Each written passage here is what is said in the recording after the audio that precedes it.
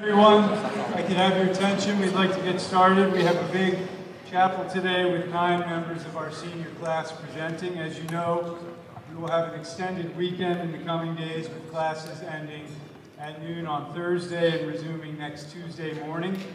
We will therefore not have chapel next Monday. We have many athletic contests this week and a college athletic signing in here on Wednesday evening. We will begin today's chapel with comments from Naya, and when Christoph concludes, you will be excused to G period. Naya.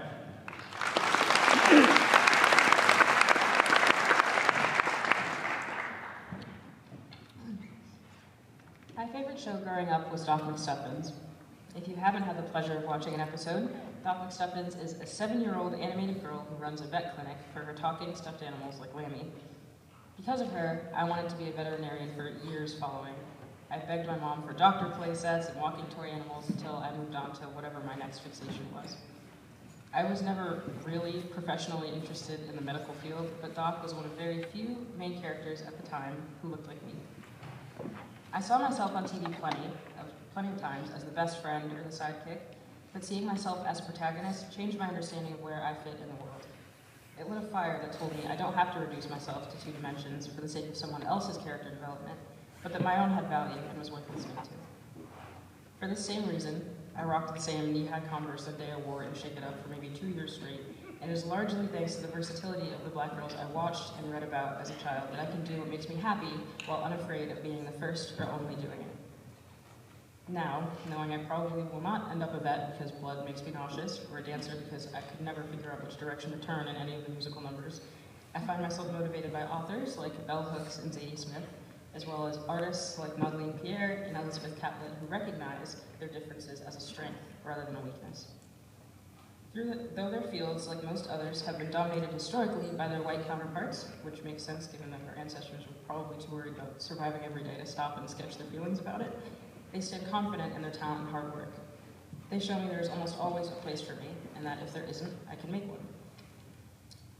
I think today, the first chapel of February, is as good a time as any to talk about what representation means to me. I want to destigmatize the word. Where some see it a radical notion, I see my little sister Cara with her own Lammy plushie, and compare it to myself at her age, eager to straighten my own hair. Representation means telling younger generations that regardless of whatever box society tries putting them in, they can and will exist beyond it. It's an idea that transcends race and gender. We are all multifaceted and should see our diverse interests reflected. It's not just about seeing black people on TV, it's about accurately reflecting our world's diversity for all to benefit from. Our perspectives are all uniquely valuable, and we cannot claim a national identity of a cultural melting pot if we do not ensure that we equitably account for those diverse perspectives. I want to extend a thank you to some of the strongest women on this campus, like Ms. Naumanns, Mrs. Warren, and Ms. Cook, for always encouraging me to take up the space that I deserve. And to my mother and both grandmothers, Daya and Nana, for representing the grace and perseverance I know to carry with me to do so. You have shown me what it means to shatter glass ceilings. I am Naya Bailey Burton, a 4-year day student who can only hope to be the representation that shows people like my sister to forge their own paths and to advocate that everyone has that representation, that everyone has their own Doc McStuffins.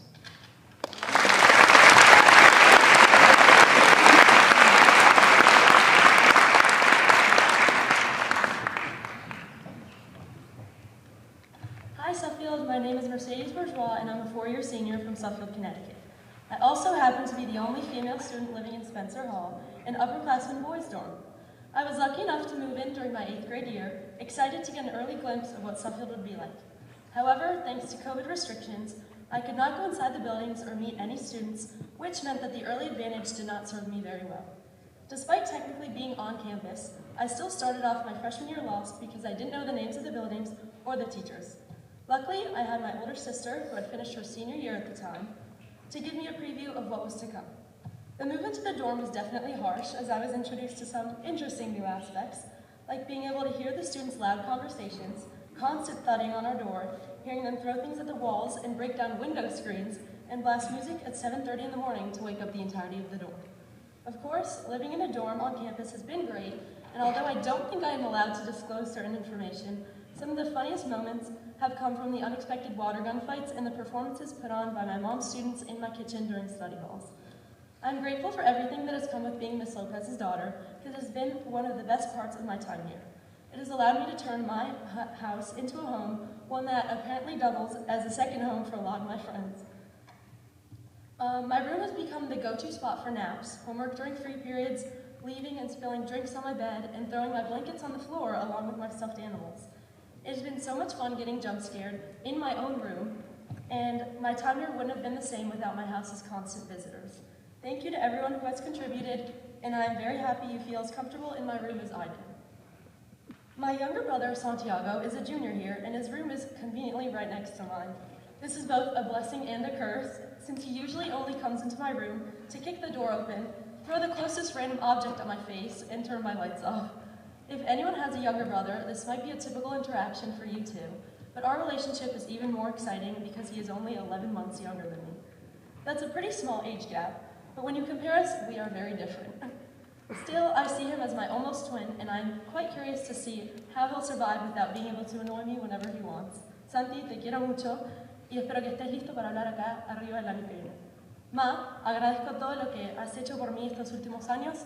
Me parece un poco raro estar diciéndote esto para acá, pero te quiero siempre y gracias por todo. To Miss Hillmans, my wonderful advisor, I would like to leave you with the biggest lesson I've learned, and that is to live every moment to the fullest.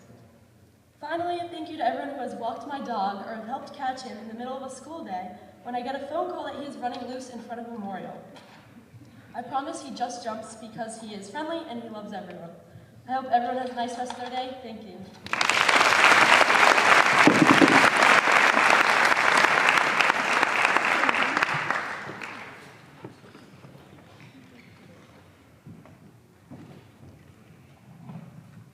The Rolling Stones, Zac Brown Band, Riley Green, Sturgill Simpson, Chris Stapleton, Neil Diamond, John Denver, and Silk Sonic. You're probably all wondering what these musicians have in common. Well, these artists and bands have created the soundtrack of my life. My family is not musically gifted, not even close, but we've always loved pretending that we are. When I was writing my Wake Forest supplements this fall, one of the questions was list your top 10, and the choice was completely up to me. After much brainstorming and talking to my dad, the theme finally came to me while scrolling through my Photos app on my phone. The top 10 songs to sing with your dad in the car. For years, my dad and I have driven everywhere together, belting out songs in the car. On days I didn't feel like taking the bus home with Amy, he'd pick me up from school and we'd drive home screaming, Sweet Home Alabama without a care in the world. It became such a habit that I started secretly recording videos of him, and over time it turned into an entire album on my phone called Dad Singing. When we got home, the two of us would play the clips for my mom and we'd laugh for hours on end. To set the scene, my dad is a die-hard Pandora user, lame I know, and I've been trying to convert him to Spotify or Apple Music for a while now. He has multiple playlists ranging from 80s jazz to modern day country. For better or for worse, he's bestowed upon me my musical knowledge, from learning about iconic guitarists to understanding the nuances of lead singers. He also loves playing the air drums like this while driving, which ironically makes me feel safer. His drumsticks are in his hands, his snare drum is on the center console, and his crash cymbal is somewhere floating in space. My dad also has a knack for changing the song lyrics to match how his day was, or comment on the bad drivers in front of him. And yes, I have videos of that too. Yet he's far more than a music enthusiast. As you can tell, my dad has a larger-than-life personality, and he's one of the hardest working people I've ever met. His positive outlook and genuine love for everyone around him are contagious. My dad's admirable qualities have not only shaped my close relationship with him, but also how our tightly knit family operates. Whether we're singing in the car, fishing on the boat, or sitting down for one of many weekly family dinners. My parents were married in 2006. I was born a year later, and my now not-so-little brother Connor came along in 2010. Our family is incredibly close, and a family like this is something that I treasure more than anything in the world. Connor, Shorty, I'm so happy to have you here for my final year at Suffield. I'm so proud of you, buddy. You are a shining star, and I can't wait to see all that you accomplish here. I'm forever your #1 fan. Mom and Dad, there's a reason I didn't let you read this speech. I'm sorry. I have the best parents in the world, whether it's driving me to the barn at the crack of dawn or nursing me back to health from wisdom teeth surgery 2 weeks ago. Thanks, Mom. I'm so lucky to be your daughter. Your constant love and support never go unnoticed. To this incredible group of people sitting here today, this community is something that I will cherish forever. During my freshman year, I was a part of an admissions panel. A senior was asked about the friendships she's made here, and she said, "I've met my bridesmaids here." At the time, I didn't really fully understand what she meant, and now I do. The friends I've gained over the past 4 years have become family for life. Mrs. Bailey, I'm not quite sure what I did to deserve an advisor like you. You are one of a kind, caring, thoughtful, and endlessly gracious. Thank you for always listening and being there when I needed you. Mr. C and Mr. Brissett, you both transformed the way I see my education. Thank you for always giving me the best chance to succeed. And to the underclassmen in this room, and yes, even the juniors, when you're planning your schedules next year or over the upcoming years, if you have the chance to be taught by one of these incredibly talented teachers, take it, learn everything you can, and you won't regret it. Mrs. Salvatelli, you are the most amazing and loving individual. Thank you for your constant advice and for always answering my calls or texts no matter what hour of the day. I would not have been able to operate without you for the past 4 years. Hi Suffield, my name is Campbell Hudkins, and I'm a 4-year day student from Farmington, Connecticut. As we go forward throughout the rest of the year, let's focus on lifting each other up. Take the time to appreciate those around you, show kindness in every action, and never, ever forget the impact of a simple thank you. It goes a long way. So thank you guys for the love, the lessons, and the memories that have shaped me into who I am today.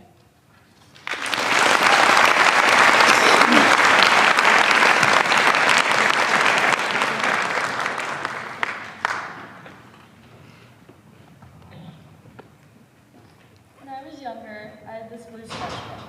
The cover was decorated with glittery stickers, and it was one of my most prized possessions. Every night, after kindergarten or a day at the park, I would sit down with my mom in our apartment for what I now realize were my first art lessons. She'd draw princesses, fairies, and cowgirls in black marker, and then hand the sketchbook over to me. I'd then carefully color it all in. When I was done, I would beg my mom to draw me more pages, because I treasured her drawings, and I found them more beautiful than the ones in any of the other coloring books I had. My little sisters were too young to participate back then, but they were always nearby. Looking back, those memories are important to me. They remind me not just of where my love for art started, but of how much my family has shaped me. Now, almost 12 years later, that sketchbook is still on my bookshelf at home. It's followed me on my moves through 5 states and 6 schools. It's been a constant in a life that's been anything but predictable. Although it's a little faded now, it still serves as a reminder of the things that have stayed consistent in my life. My love for art, my family, and the values they've taught me. Tomorrow, as I turn 18, I'll be carrying all of that with me into the next chapter of my life. I want to quickly thank some people. Most importantly, I want to thank my family and my siblings for always being there for me no matter where we are. I now realize that home is just where we are together. But for the past 1.5 years, Suffield has also become my home. I want to acknowledge some people who have helped me at this school. Thank you to all of my teachers and dorm parents. My experience here would have not been the same without your support. To my advisor, Mrs. Bailey, thank you for your kindness and guidance. To my coach, Mr. Pistol, thank you for pushing me to be better and supporting me always. To Mrs. Tassoni, thank you for all of your help during my college admissions process. And thank you so much to all of my friends here. My name is Chloe Lawrence. I'm a 2-year senior, and I'm from San Juan, Puerto Rico. Thank you.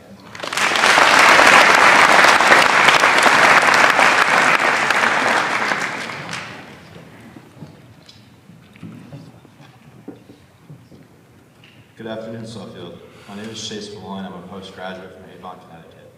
Being a postgrad, there are often many days where I ask myself, what is the real purpose behind this year? The obvious answer for me is baseball, but being that my sport isn't played until the spring, I was left with many months to think about my reasoning for still being in high school. When I told my parents I was interested in taking a PG year to buy myself more time in the college recruiting process, they had mixed reactions. Although she was happy that she'd get to see me play baseball for a few more years, my mom was still confused why I wouldn't rather just go to college and get on with my life. On the other hand, all my dad would say to me was that it would mean I wouldn't have to go and get a job for 1 more year a month. Point being, it wasn't necessary for me to stay in high school for another year while I'd already received my diploma and gotten into colleges. All my friends were planning on going off to school or had gotten jobs, but not me. In the name of baseball, I decided to put my life on hold. So back to the question I'd asked myself. Other than baseball, why did I choose this path? What could I take away from my 5th year of high school? When I sat down to write this speech, I started to reflect upon moments that I will take with me from my postgrad year, all the things I've learned so far. One story I could share with you starts about a week before we went off to winter break after the first snowfall of the year. I was walking back from my dorm after a long AP Econ class with Mr. Pence, where he taught us about something called game theory, which is defined in economics as a mathematical model that helps economists explain how rational decision makers interact.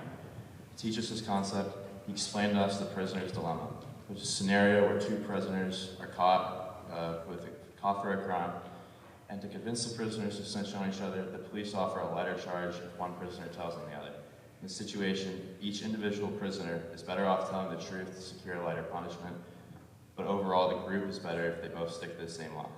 This being said, as I walked past Memorial on my way to Fuller, I spotted my roommate Gus walking up the front steps of our building.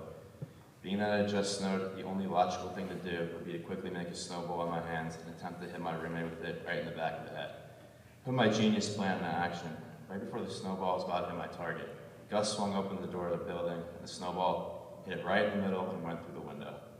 So, while I succeeded at soaking my roommate, to say the least, it came with a cost. After quickly considering what Mr. Pence had just taught me, and what my options were when I was faced with the situation, I put my head down and walked straight into admissions, where I shamefully admitted to Mrs. Goodwin that I just shattered a window. Thankfully, Mrs. Goodwin and Mr. Booth both respected my honesty and forwardness and told me not to worry about it. Turned out Mr. Pence was right. Honesty is always the best policy. So I've already technically finished my high school education. I am not yet chipping away at earning my college degree like I could have been. I'm still learning something. Before I wrap up, there are a few people I need to thank. First off, I want to thank my mom and dad for allowing me the opportunity to come here, for all the love and support through the years. Next, to all the friends I've made here, especially my two roommates and all the PGs, for making my experience here a little better and also getting a few laughs in. Finally, first off, I need to thank the Fuller dorm parents for all you guys do for us, and thank you for Mr. B for all the inspiration behind the speech. And then finally, I need to shout out Mr. Brissett for opening the door to Suffield for me and making this all possible. Thank you.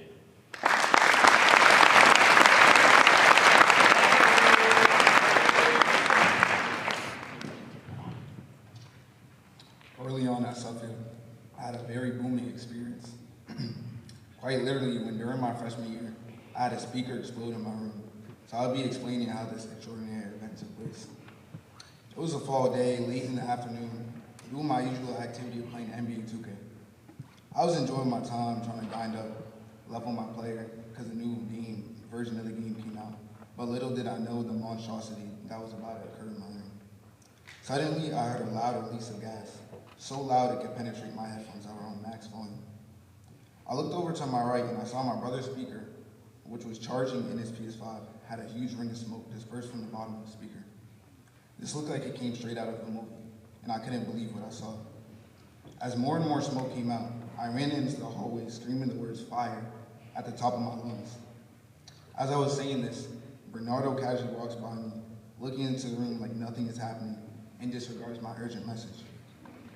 I was so confused by this interaction, but I didn't let it stop me from saving my room. I knocked open the proctor door, and two proctors immediately escorted out all the students and got the attention of the dorm parents. Shortly after waiting outside, the fire department came to address the issue. They aired out the dorm and they said they'd never seen anything like it. The bottom of the speaker melted in black residue from burnt plastic and was destroyed. There were many negatives that came out of this situation as well. The first being, I lost my 2K game because of it. The second negative was that the headphones had a mic attached to it, and my teammates heard everything. Also, the number of comments that I got from this event were insane, with people going up to me saying Temu speaker or Wish.com speaker, and many more jokes. Last week, the smell of burnt plastic filled my room for a solid 3 weeks after it happened, no matter how many surfaces we cleaned. But now I'm here to say the one positive that I got out of this situation, that it gave me a speech to write about that you all heard today. Thank you.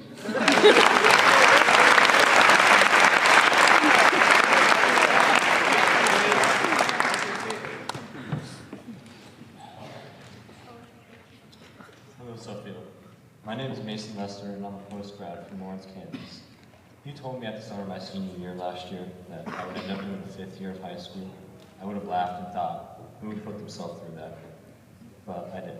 So once I knew I was coming to Suffield, I didn't know what this year would be like or what I would gain from it. In Kansas, it's not really a thing people do. To be honest, I wasn't too excited about it. But from the very first day here at Suffield, I began meeting new people from all over the world. People I would have never met back home. When I met these new people, I realized how much I could learn, not just academically, but about people. I had no idea how much I'd grow in just 1 year. Another thing I learned pretty quickly was that Kansas is basically a foreign country up here. I've met a lot of people who have no idea where Kansas is on a map, or ask me if Kansas actually has cities or if it's just farms and cornfields. It's not just farms. Beyond these moments, what has really stuck with me is how welcoming this community has been. From the moment I got to campus, I was welcomed with open arms by so many students, teachers, and dorm parents. Lastly, I want to thank Coach Brissett for giving me this opportunity to come here and grow up, and I want to thank my parents for their support through this entire process. Without them, I would not be the person I am today. Thank you.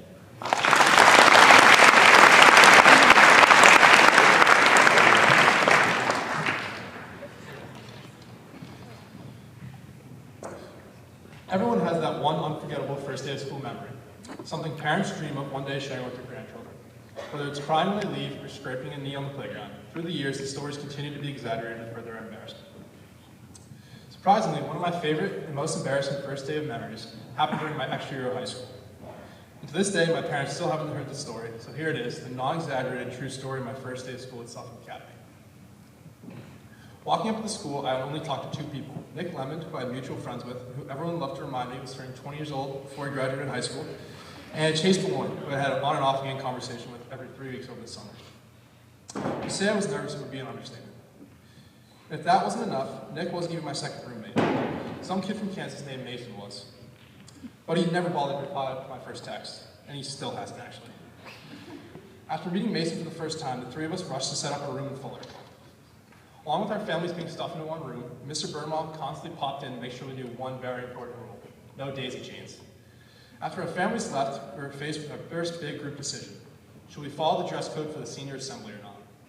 I convinced both of my new roommates we had seen something that we had to be in dress code, so naturally we agreed to play it safe and be in dress code. But oh boy, was I wrong. On top of that, none of us were confident how to tie a tie, so we ended up being the last ones sprinting into the senior meeting. Even before walking through the auditorium doors, I realized that my first influence on my new roommate was very wrong. Not even the teachers were in dress code. Mr. Brissett's first speech to us was to make a good first impression, and boy did we make an interesting one on the entire senior student body.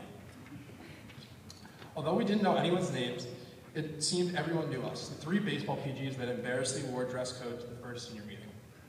Although debatably, some of the grades I've gotten on Mr. Pence's quizzes have been more embarrassing than walking into the first assembly in dress code, the answer to the essential question, economics, is it worth it, is 100% yes.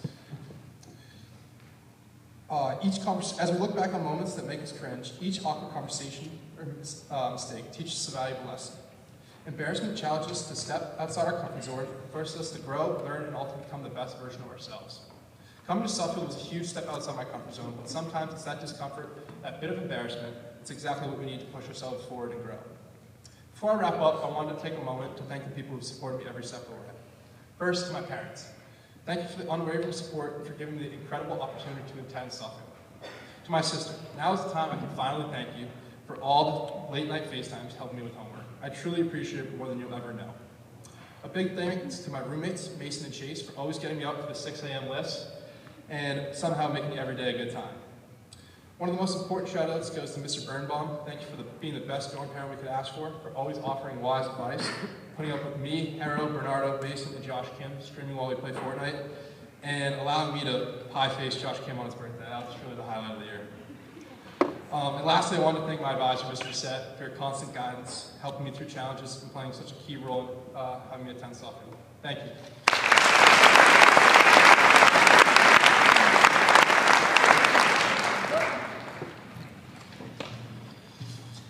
Hi Suffield, my name is Christophe Bruno-Cousa, and I'm a 2-year senior from Montreal. So out of all the places in the world, how did I end up in Suffield, Connecticut? Well, for that, I can only thank one person, and that's Coach Roy. So as I was looking to pursue my studies abroad around 2 years ago, I stumbled across this agent in Montreal who said there was a school in Connecticut who was looking for a goalkeeper. So I said, perfect, let's set up a call with the coach. So the agent picks up the phone, calls Mr. Warren, and we start talking. That was probably the longest call of my life. in that call, I got the chance to hear about the whole history of Jamaica in the short time span of 3 hours. Yeah, 3 hours. And then as a team, the soccer guys know it. We probably heard that story 5 more times. It's a great story, I can tell you that. But overall, Coach, thank you for bringing me here. You're one of the reasons I'm here, one of the main reasons I'm here, and you led us to victory this year. I couldn't have asked more. Thank you. So as I arrived here around 2 years ago, I met a couple of people that changed my experience for the better. First, my roommate Joaquin. Before knowing him, all I knew was that he was a Mexican dude from Monterrey. Then, I quickly learned that he was a Mexican dude from Monterrey that plays video games with his friends all day long. And clearly, he's not really good at it, because I was here at least 3 times a day. No mames, güey, cabrón. Sorry, Ms. Lopez, for the bad words. He's the one who taught me that. Then, I met the soccer guys. You guys, from the first time I met you, you guys took me in on the team, and we had a great time together. Shout out, especially the seniors. Guru, Ryan, Keegan, Evan, Eddie, Aiden, Jack, KP, and Bernie. I mean, we brought it home this year. I really had fun playing with you guys. Thank you for everything. Then I met Jack Booth and Aiden Gardner. Yep, that was probably the start of my downfall at Suffield right there. They definitely, as you guys know them, they definitely helped me make some good decisions here. And we had some great nights together. AG knows what I'm talking about, but don't worry, Mr. Lynch. Nothing against the rules. Then there's the guys in Fuller. Thanks to Guru, thanks to his basketball tournament, we managed to create the best basketball team on campus. Better than varsity, some might say. And we called it the Immigrants. And before I named the roster, I'd like to say, Brandon Park, we were going to take you on our team, but we run a weekly practice every Sunday, and you decided to get restrictions, so I couldn't have you. So first off, Joaquin, MVP, gotta hand it to you. You've been carrying us. Then there's Bernie. Bro, you gotta stop shooting, bro. You went 0 for 10 last game, and you airballed 9 of those. Then there's Josh Kim. Josh Kim, I'm not even gonna talk about your skills, bro. They speak for themselves. And thank you for not dropping your phone yet, like you said you would. Right. KP, thankfully, you're a better basketball player than you are a poker player. Hedo, you gotta let go of the ladies, bro. You gotta focus on your game. And Jack, we gotta go do some cardio together, bro. I'm gonna take you on a run. But seriously, I had a lot of fun with you guys this year. You guys gave me friends I'm gonna keep hopefully for the rest of my life. Now, there's some people I'd like to thank before I end my speech. Coach Clark, thanks for helping me read the speech like an advisor is supposed to. He never helped me at all. Thank you for always clearing my detentions. Also, never cleared one detention for me. To all my teachers, thank you for the great education you gave me. You guys always made my courses entertaining throughout both my 2 of my years. Thank you very much. To my college counselor, Mr. Zone, thank you for all the support you've given me throughout the college process. And finally, I'd like to thank my family. So to my brother, Julian, you're my best friend. We'll see each other soon. To my father, at Suffield, I made friends for life, and it was an unforgettable experience. I'm very grateful for it, and Dad, without you, this experience would not have been possible. You always helped me when I needed you. You drove me back and forth, I can't even remember how many times. And you always supported my dreams of studying abroad, and I can't thank you enough for it. Last but not least, to my mother, Maman, je t'aime beaucoup, puis je sais que tu es toujours là pour moi. Malgré ce qui se passe en ce moment, tu m'appelles toujours pour savoir je vais comment. Je sais que c'est difficile, puis je suis convaincu que tu vas y arriver. Je t'aime beaucoup. Now, last part still for my mom, but in English for the seniors to understand. Please, Mom, I'm begging you, let me go to Jamaica. I want to see the beautiful island that Coach Warren was talking to me about. And I want to create one last memory with my friends. Thank you so much.